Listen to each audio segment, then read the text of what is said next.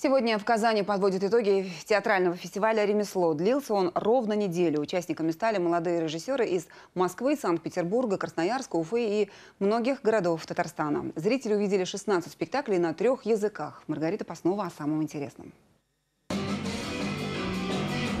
Сегодня на закрытие фестиваля заехал «Ревизор». Это один из лучших театров республики «Мастеровые». Привез в Казань свою недавнюю премьеру. Отходить от написанного Гоголем режиссер спектакля не стал, но способ удивить публику все равно нашел. Мы просто поместили действие в пространство некой такой разрухи, передав его через картонную коробку, которая валяется на какой-то там свалке заброшенной. А все обитатели – это своего рода какие-то тараканы. Это как бы наша ирония на эту тему, на тему взаимоотношений власти и людей. Всего за неделю зрители «Ремесла» увидели 16 спектаклей на русском, татарском и башкирском языках. Они прошли не только на академических сценах, но и на экспериментальных площадках. Да, я без денег, да, я без образования, да, с ребенком на руках, да, я такая, как есть.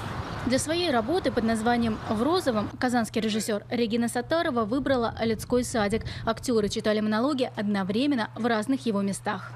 Почти все спектакли фестиваля заканчивались громкими аплодисментами. Но организаторы рассказали, что не ждут от форума открытий. Для них главное – научить молодых режиссеров ремеслу, а именно раскрыть им секреты профессии. Как сделать свою работу ярче, насыщеннее, как не потерять внимание публики до самого финала. А помогают в этом самые простые вещи, как проста и эта декорация, в которой актер может спрятаться и поразить всех своим неожиданным появлением.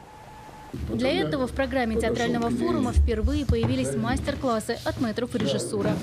Когда приезжает Адольф Яковлевич Шапира или там Манацков, Перетрухин, Митя Черняков, это уникальный опыт каждого из них. Если мы говорим, например, о Чернякове, режиссере, который ставит в Ля Скала, в Гранта Пера. А здесь он был 2 дня и по 4 часа, по-моему, интереснейше рассказывал. У кого не спросил, они вот так немножечко в каком-то таком потрясении находятся, потому что действительно такое обилие информации и поводов к размышлению, к переоценке каких-то вещей. Студентка моя одна сказала, когда мы репетировали спектакль, я говорю, почему плохо? Она говорит, ну вот идет же ремесло, и, видимо, у меня что-то поменялось. И я, говорит, не могу сейчас. Надо мне, говорит, по-новому репетировать. «Ремесло» приходит в Казань 8-й год подряд. В первом фестивале участвовали всего 6 молодых режиссеров, а сейчас их в 3 раза больше. А значит, радуются организаторы, и у казанцев куда больше возможностей узнать, чем живет современный театр. Маргарита Паснова, Айрат Мухамедзянов, телеканал «Эфир».